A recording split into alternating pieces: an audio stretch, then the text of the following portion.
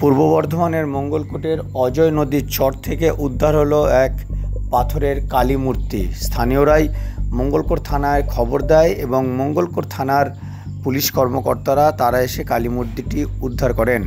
স্থানীয় সূত্রে জানা গেছে যে মঙ্গলকোটের বনপাড়া এলাকায় এক বালির ঘাট থেকে মেশিনের মাধ্যমে বালি তোলা হচ্ছিল।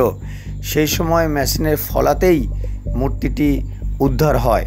মেশিন দিয়ে যখন বালি তোলা হয় সেই সময় মেশিনের ফলাতে মূর্তিটি প্রথমে আঘাতপ্রাপ্ত হয়, কিছুটা অংশ ভেঙে যায় এবং বনপাড়া গ্রামের বাসিন্দারা মূর্তিটি তাদের গ্রামে নিয়ে যায়। মঙ্গলকোট থানার পুলিশ গ্রাম থেকে মূর্তিটি উদ্ধার করে। পূর্ব বর্ধমানের মঙ্গলকোট হলো ঐতিহাসিক এক স্থান। ইতিহাসের পাতায় মঙ্গলকোট এক চিরস্মরণীয়। মঙ্গলকোটের উপর দিয়ে বয়ে চলেছে অজয় নদী। বিভিন্ন সময় অজয় নদী থেকে বিভিন্ন মূর্তি উদ্ধারের ঘটনা আমরা দেখেছি।